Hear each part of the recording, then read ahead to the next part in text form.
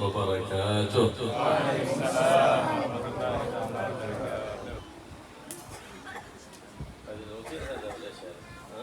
ايش عندكم هذا روتين؟ أيوة كل يوم الخميس. أيوة نعم. يلا نجيب فيديو شوية كده في العوض. تجد السجن. سالك. الحمد لله الذي وفق من أحبه للسلوك في طريقه ووفقه في السلوك لاتباع حبيبه محمد صلى الله عليه وآله وسلم وجعله من المهتدين بالنبي محمد. فمن آداب السلوك إلى ملك الملوك التعلق بمحبوب ملك الملوك محمد صلى الله عليه وآله وصحبه وسلم، فهو الدليل الأعظم للسلوك لملك الملوك الله سبحانه وتعالى.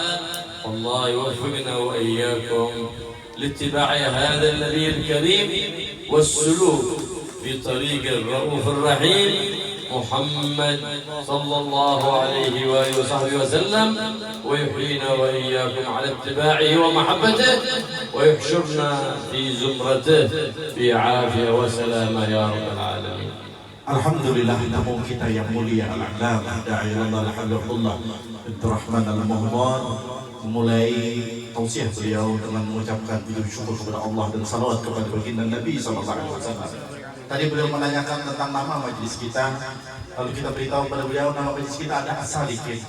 Maka beliau berbicara tentang apa itu suluk yang bernama salik, orang yang berjalan dalam jalan agama, dan beliau menjelaskan bagi kita untuk bisa berada dalam jalur yang benar, jalur yang tepat, yakni dalam masalah suluk tersebut, kita yang pertama harus selalu mengaitkan hati kita kepada Allah Subhanahu wa Ta'ala, dan juga hati kita selalu bergantung kepada baginda Nabi Sallallahu Alaihi Wasallam.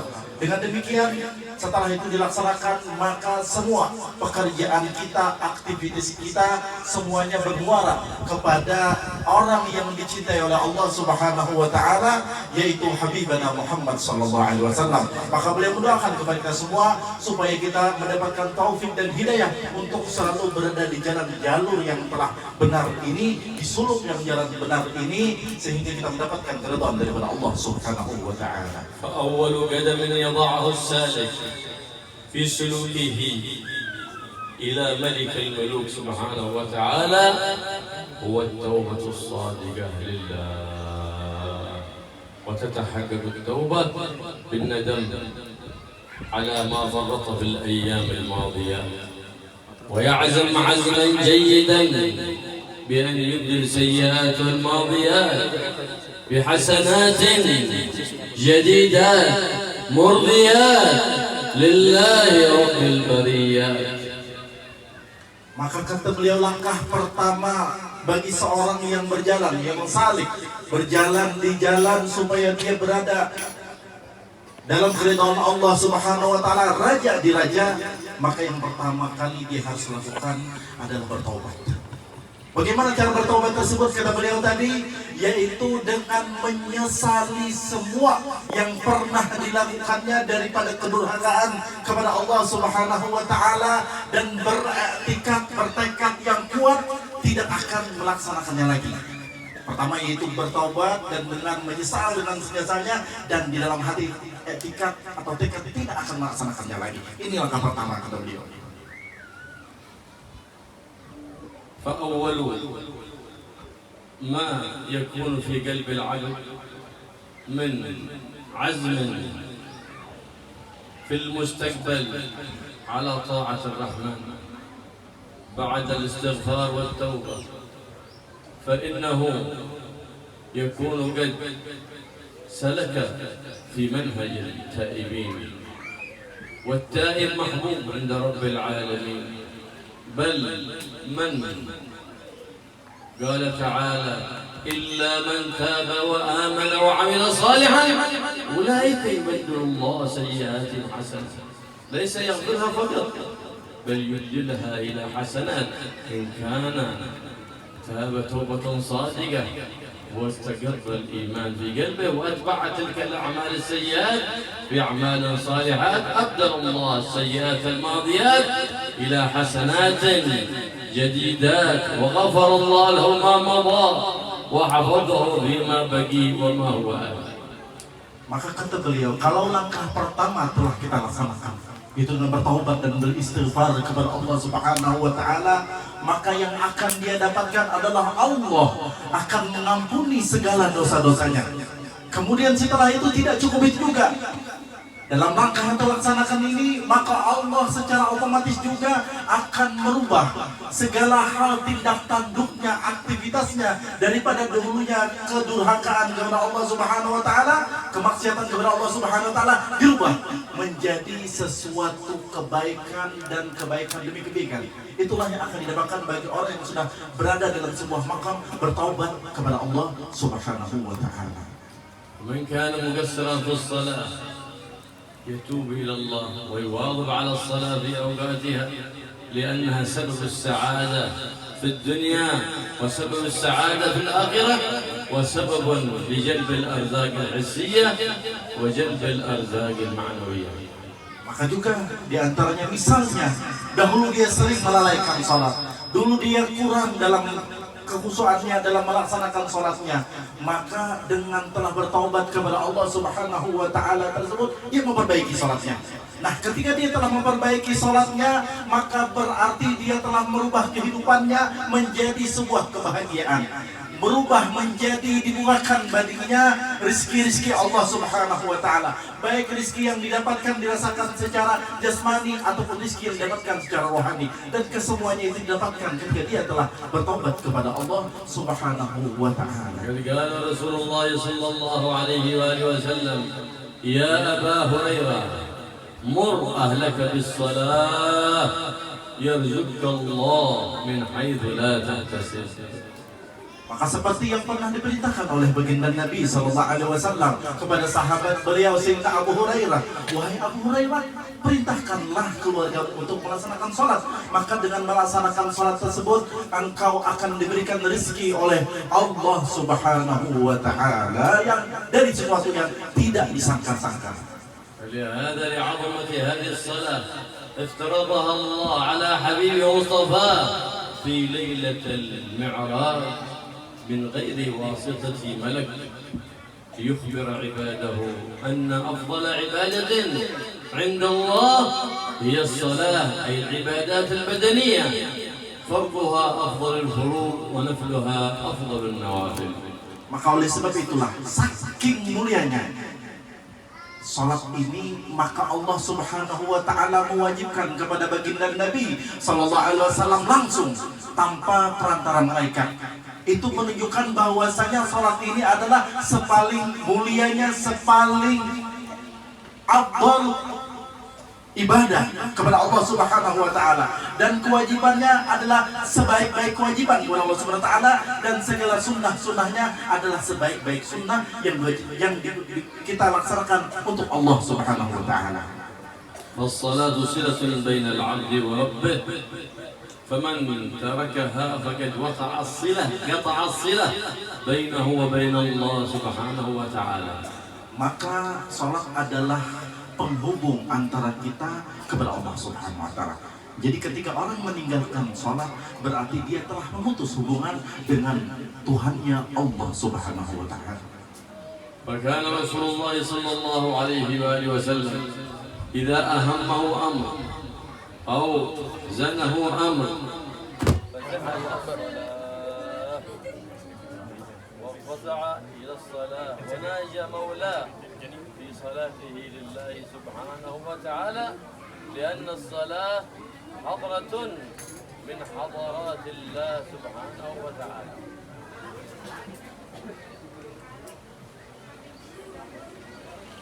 اللهم صل على محمد. اللهم صل عليه. Allahumma salli alaihi.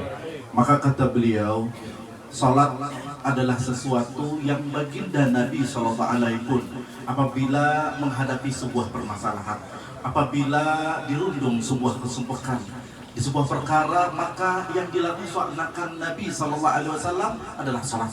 Maka salat itulah yang akan membuat hati tenang, yang akan menyelesaikan segala permasalahan bagi seorang hamba kepada Tuhannya. لعظمة الصلاة كانت الصلاة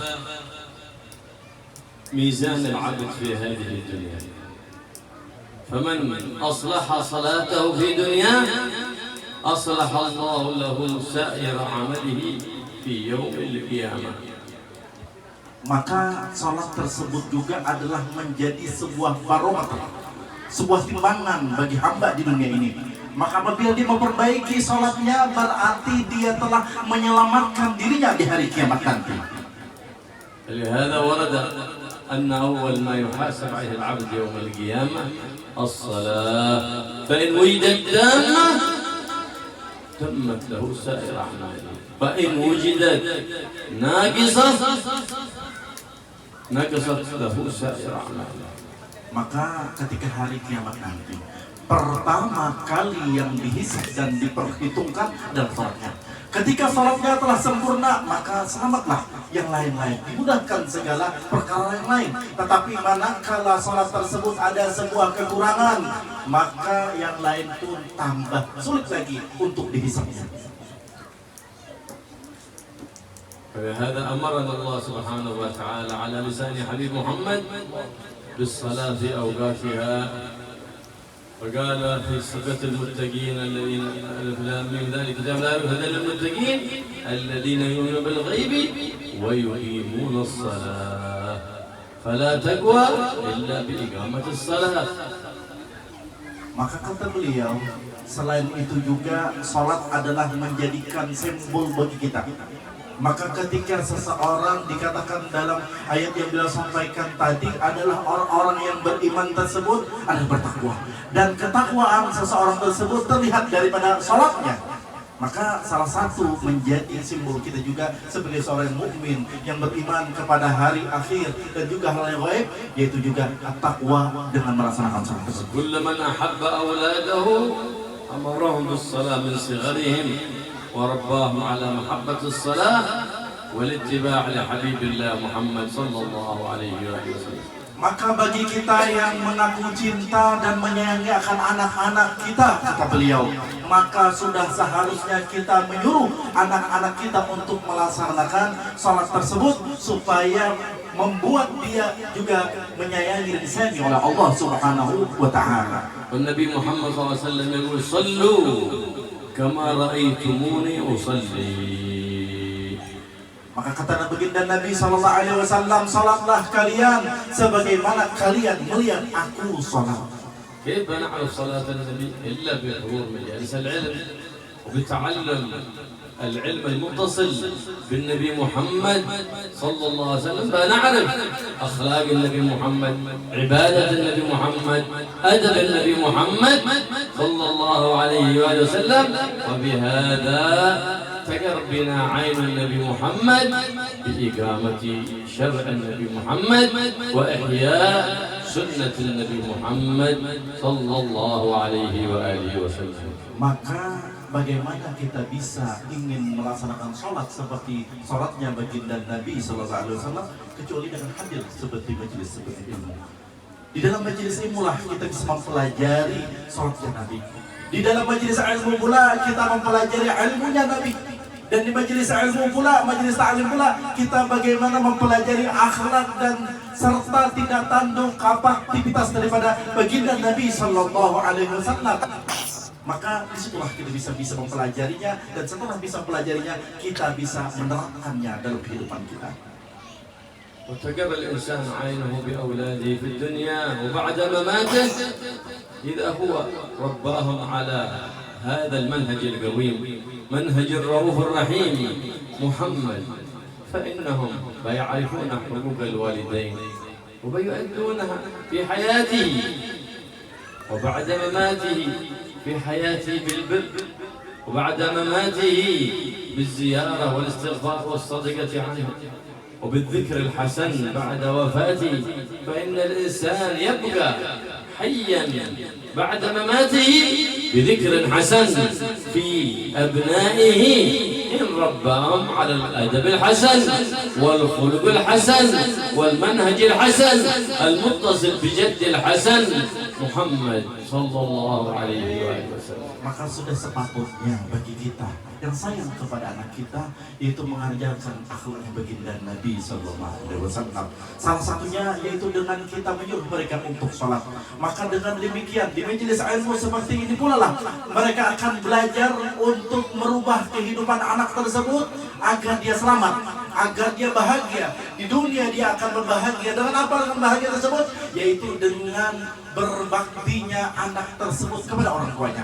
Dan tidak cukup cuma di dunia, ketika dia telah mengajarkan adabnya baginda Nabi, dia telah mengajarkan manhajnya, metodenya daripada baginda Nabi Sallallahu Alaihi Wasallam, maka tidak cuma di dunia, di akhirat pun dia akan selamat, di akhirat pun dia akan berbahagia. Karena apa? Karena yang dia ikuti adalah aktivitasnya baginda Nabi, yang dia ikuti Nabi adalah sesuatu yang bagus daripada manhaj metodenya Nabi, dan yang dia ikuti adalah akhlak daripada akhlaknya Hasan daripada baginda Nabi sallallahu alaihi wasallam. وهكذا كل الآداب والأخلاق تأخذ من سيرة النبي محمد صلى الله عليه وآله وسلم. حقوق الوالدين، حقوق الجيران، حقوق الأرحام، حقوق الإخوان، كل ذلك يعرف من خلق النبي وسيرة النبي محمد صلى الله عليه وسلم. في هذا تزين البلاد وتزين العباد بمنهج سيد العباد. وما نشتكي منه اليوم من تأخر في الأولاد إلا بجهلهم وبعدهم عن شرع سيد العباد وخلق سيد العباد وسنة سيد العباد وجهلهم بسيرة سيد العباد محمد صلى الله عليه وسلم. Maka kata beliau, kehidupan yang kita lihat sekarang, realita yang kita lihat sekarang, maka ketika anak tersebut sudah berakhlak seperti akhlaknya baginda Nabi Sallallahu Alaihi Wasallam, dan itulah yang kita harapkan. Maka ketika telah dilaksanakan sebaik daripada sirahnya Nabi, ketika kita mempelajari sejarahnya baginda Nabi, biografi daripada baginda Nabi Sallallahu Alaihi Wasallam, maka akan baguslah negeri kita, maka akan baguslah anak muda-mudi kita, maka akan baguslah segala kehidupan kita. Kenapa? Karena kita telah meniru daripada sebaik-baiknya hamba, karena telah kita menjalankan daripada akhlak sebaik-baik hamba, karena telah menjalankan daripada metode yang telah diajarkan baginda Nabi Sallallahu Alaihi Wasallam, khairul ibad, sebaik-baiknya hamba Allah Subhanahu wa Ta'ala. ولهذا كان الصحابة رضي الله تعالى عنهم يحرصون على التبرك بالنبي محمد، يحرصون على متابعة النبي محمد في كل عباداته، حتى في حركاته وسكناته، يحرصون على التبرك به.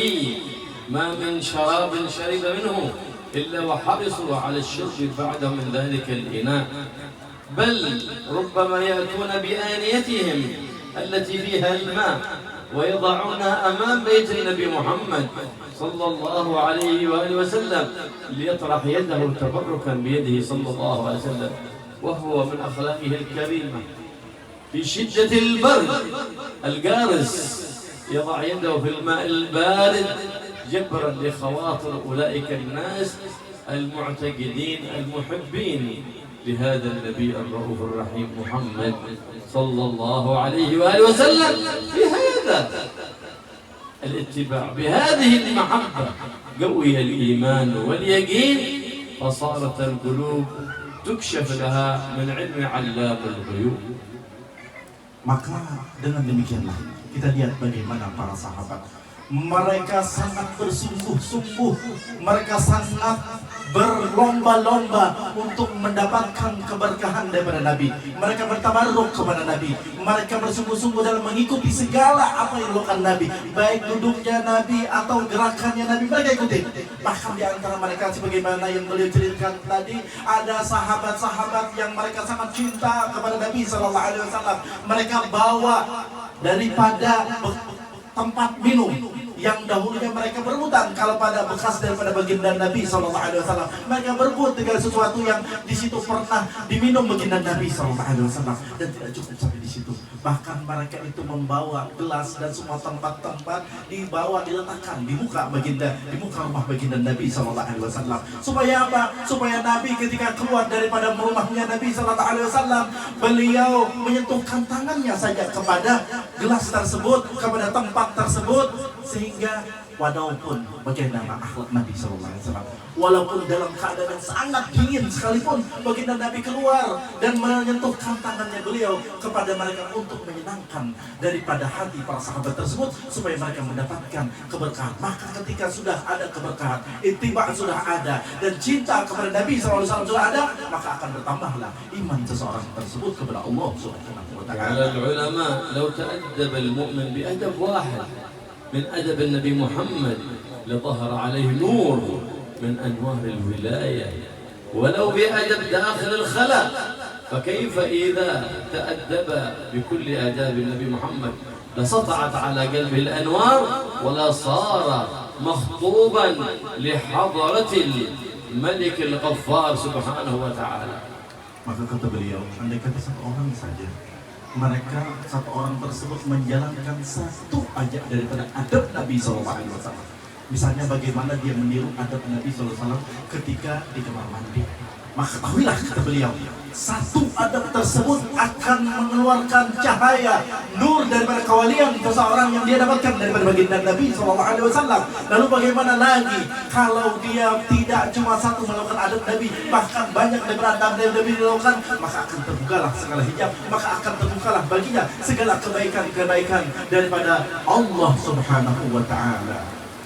ولا تكون القلوب حق للرحمن فعسى كما نزلت علينا هذه الرحمة الحسية الله يمطر على قلوبنا وقلوب رحمة معنوية يمن علينا بها بتوبة نصوحة يزكينا بها جسما وقلبا وقالبا وروحا ويجعل قلوبنا معمورة بذكر الرحمن وتلاوة القرآن وبالصلاة على حبيب الرحمن محمد صلى الله عليه وسلم. Kata beliau, sekarang kita diturunkan hujan daripada hujan rahmatnya Allah Subhanahu wa ta'ala. Hari ini kita melihat hujan secara kasat mata kita, tetapi kita berharap Allah juga menurunkan hujan, meneteskan kepada hati-hati kita segala rahmat dan kasih sayang Allah Subhanahu wa ta'ala, sehingga dengan cucuran hujan tersebut kepada hati kita, maka akan ditumbuhkan kepada hati kita tersebut suka untuk beribadah, suka berzikir, suka membaca Al-Quran, suka berbuat baik. Dan itulah adalah merupakan hujan daripada hujan hakikat diri kita semuanya. Amin amin ya rabbal alamin. نحن في شهر الرحمات، في شهر رجب، الأصابع تصب فيه الرحمات الحسيات والمعنويات، فعسى يبارك لنا لكم في بقية هذا الشهر وفي شعبان، ويبلغنا رمضان ويعين فيه على الصيام والقيام، ويجعلنا وإياكم من عتقائه ونقذائه من النيران، ويوفقنا فيه للإكثار من تلاوة القرآن. Maka sekarang kita berada di bulan yang penuh diturunkan akan rahmat. Bulan Rajab ada bulan dicucurkannya akan rahmat Allah Subhanahu wa ta'ala.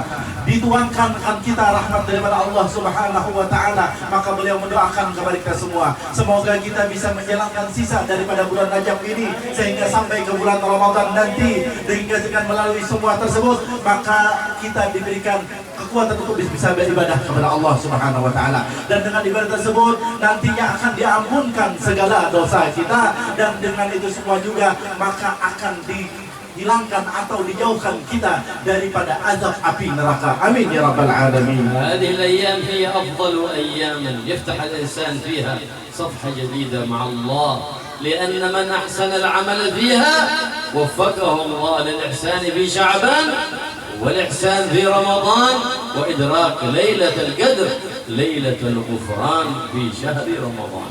Dan hari-hari kita yang kita lalui ini adalah hari-hari pembukaan, hari-hari yang bagi kita untuk bisa merubah yang dahulunya tidak baik. Maka di saat sekarang ini, di bulan Rajab ini adalah kesempatan kita untuk membuka sebuah lembaran-lembaran baru.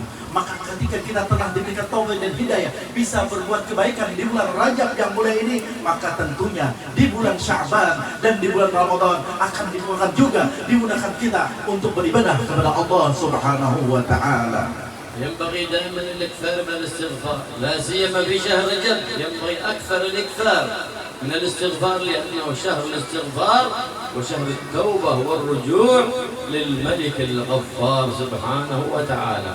Maka terlebih lagi di bulan Rajab yang sangat mulia ini, kita dianjurkan untuk memperbanyak istighfar dan taubat kepada Allah Subhanahu wa taala, karena khususnya di bulan Rajab ini adalah bulan istighfar dan taubat tersebut untuk mendapatkan ampunan daripada Allah Subhanahu wa taala yang Maha Pengampun. وشعبان شهر الصلاة على النبي محمد صلى الله عليه وآله وصحبه وسلم، فينبغي أن نكثر من الصلاة على النبي على الإطلاق، لا سيما في شهر النبي، شهر الصلاة على النبي، شهر شعبان الذي أنزل فيه قوله سبحانه وتعالى على حبيب الرحمن: إن الله وملائكته يصلون على النبي يا أيها الذين آمنوا صلوا عليه وسلموا تسليما. Allahumma shalli wa sallim wa barik alaihi. Dan terlebih lagi nanti kata beliau, ketika kita telah memasuki daripada bulan Sya'ban, maka dianjurkan bagi kita untuk memperbanyak sholawat. Karena apa? Kalau sholawat kita dianjurkan setiap saat, setiap waktu, setiap hari, maka terlebih lagi di bulan Sya'ban. Karena apa? Karena wahyu yang diturunkan Allah Subhanahu wa taala yang berbunyi seperti yang beliau lantunkan tadi, yaitu ayat Al-Qur'an, innallaha wa malaikatahu yusholluna 'alan nabi ya ayyuhalladzina amanu shallu 'alaihi wa sallimu taslima. Ayat tersebut diturunkan di bulan Sya'ban.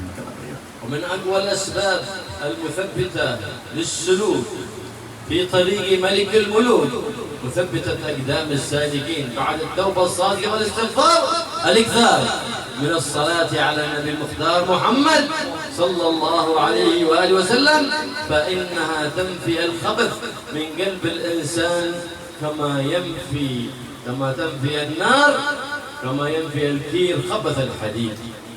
Jadi kata beliau, di antara sesuatu yang bisa menguatkan iman kita, terkhusus bagi para salikin, kata beliau, kita namanya salikin, di antara untuk memperkuat iman kita dan langkah kita untuk menuju ridha Allah Subhanahu wa taala, yaitu dengan memperbanyak sholawat.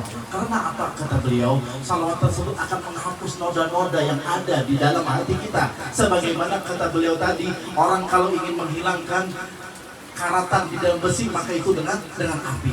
Maka untuk menghilangkan semuanya, apa kotoran di ada hati kita, noda-noda yang ada di hati kita membaca dengan memperbanyak salawat kepada baginda Nabi sallallahu alaihi wasallam. Man aktsara min al-istighfar was-salati 'ala Nabi Muhammad Habibur Rahman, ja'alahu Allah fi aman min kulli baliyah, min kulli musibah fi ad-dunya wa fi al-akhirah, wa aman min al-corona ومن الفيروس ومن البليات الدنيوية وأخرى. أمان، هذا هو الفاكسين الحق، هذا هو التطعيم الصدق الذي وصفه لنا سيد المخلصين وسيد الصادقين محمد الرؤوف الرحيم صلى الله عليه وسلم.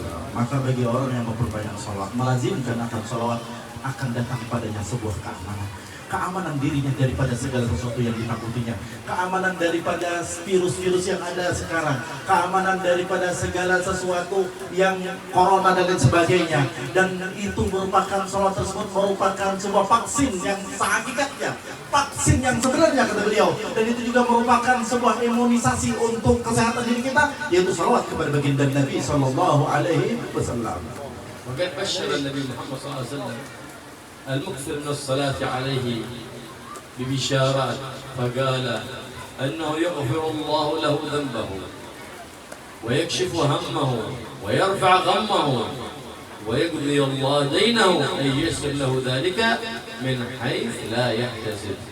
Maka sebuah kabar gembira bagi mereka yang berbanyak salawat tersebut, dia punya kesempatan akan dihilangkan kesombongan tersebut, dia punya kegundahan akan dihilangkan tersebut, dia punya hutang akan ditunaikan oleh Allah Subhanahu wa taala dengan bersalawat kepada baginda Nabi sallallahu alaihi wasallam. Maka kesemuanya itu akan dihilangkan dan diberikan kemudahan daripada segala perkaranya berkat baginda Nabi sallallahu alaihi wasallam. وكل من كان يريد أن يتحقق في السلوك ويكون من السالكين لابد أن يكون له في كل يوم ورد من القرآن العظيم وورد من الاستغفار وورد من الصلاة على الحبيب محمد حبيب الله الحبيب المختار سيدنا ومولانا محمد محبوب العزيز الغفار صلى الله عليه وآله وسلم. Di antara juga sesuatu yang seharusnya adalah dilakukan oleh orang salihin, orang berjalan di jalan Allah Subhanahu wa taala, yaitu memperbanyak daripada salawat, memperbanyak daripada istighfar, memperbanyak daripada zikir kepada Allah Subhanahu wa taala. Dengan semua tersebutlah dia akan mendapatkan dan sampai kepada Allah Subhanahu wa taala. هذه الثلاثة الأشهر ميزة خاصة، فرجب شهر الاستغفار، وشعبان شهر الصلاة على النبي محمد المختار، ورمضان شهر التلاوة القرآن، لأن أول نزول القرآن على الحبيب المختار محمد كان في رمضان في ليلة القدر. Maka ketika kesemuanya tersebut 3 bulan ini adalah sesuatu yang sangat istimewa buat kita. Dari pertamanya bulan Rajab, yaitu bulan kita beristighfar kepada Allah, kemudian dilanjutkan dengan bulan Sya'ban, bulan untuk bersalawat kepada baginda Nabi SAW.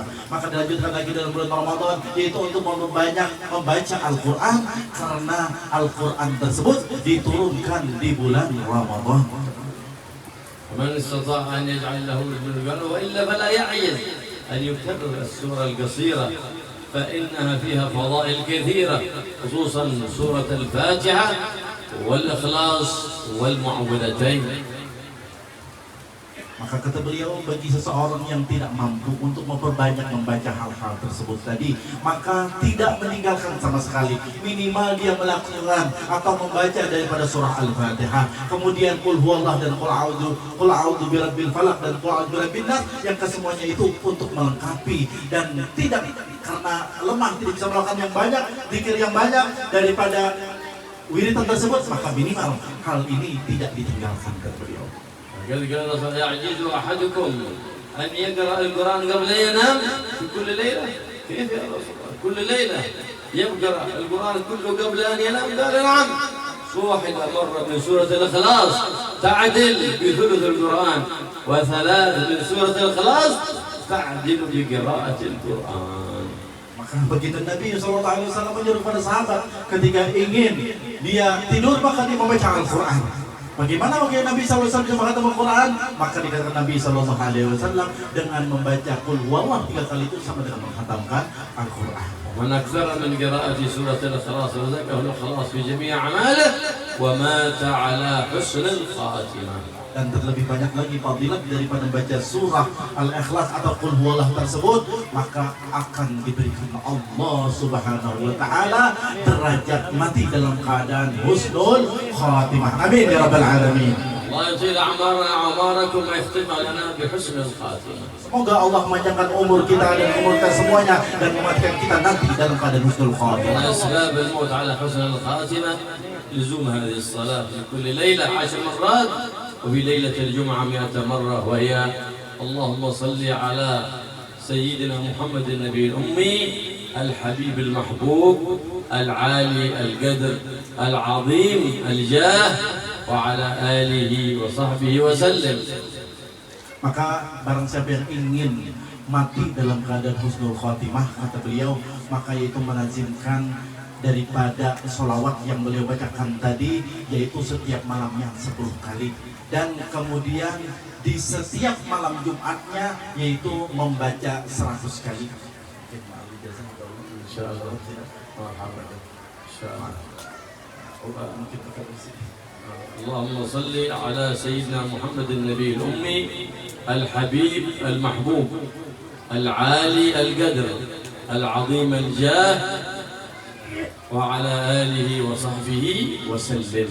Mungkin kita bisa baca sama-sama, nanti setelah beliau habis membaca kemudian kita baca Allahumma salli wa sallim اللهم صل على سيدنا محمد Allahumma salli ala Sayyidina Muhammad النبي الأمي النبي الأمي الحبيب المحبوب الحبيب المحبوب العالي القدر العالي القدر العظيم الجاه العظيم الجاه وعلى آله وصحبه وسلم. وعلى آله وصحبه وسلم. صحة لكم الإجازة أجزناكم بهذه الصلاة. Kita ucapkan semuanya, kita terima ijazahnya. Qabilnal ijazah.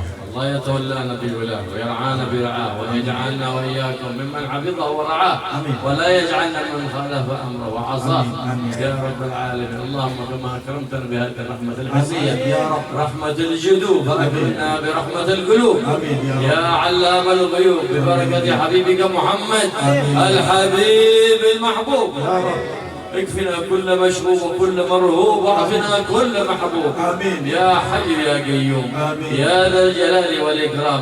أكرمنا بما تكرم به عبادك الصالحين وحببنا للصالحين وقرب منا الصالحين وقربنا للصالحين وخلقنا بأخلاق الصالحين وأبعد عنا كل خلق ذميم وقرب منا كل خلق حميد كريم يا رحمن يا رحيم يا حي يا قيوم يا ذا الجلال والإكرام. بنا وإياهم حياة طيبة وجبنا عما يبدينا في ديننا ودنيانا واصلح لنا أولادنا وبناتنا ونساءنا برحمتك يا أرحم الراحمين.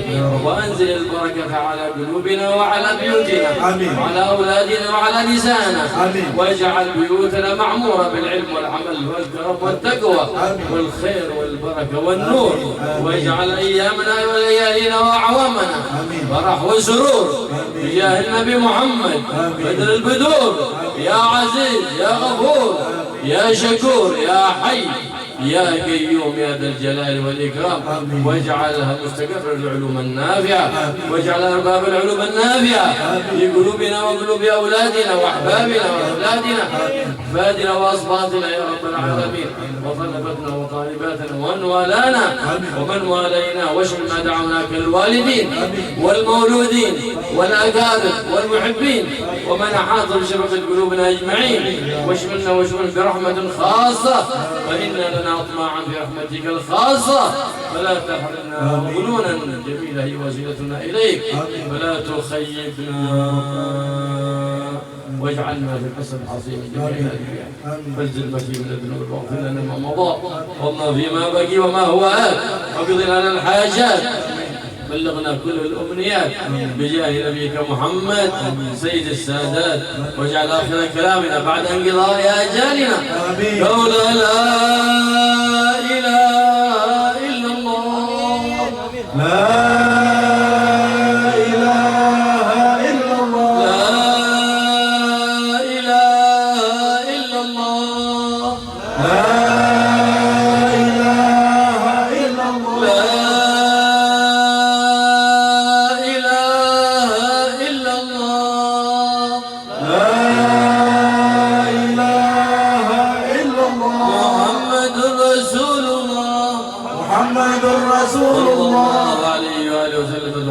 نحيا وعليه نموت ويجعل الله تعالى بالآمنين.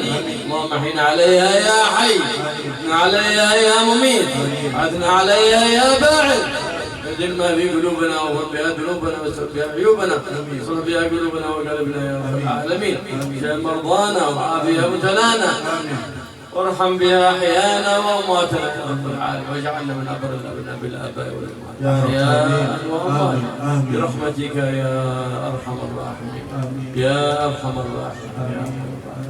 وصلى الله على سيدنا محمد النبي وعلى اله وصحبه وسلم والحمد لله رب العالمين بسر الفاتحه.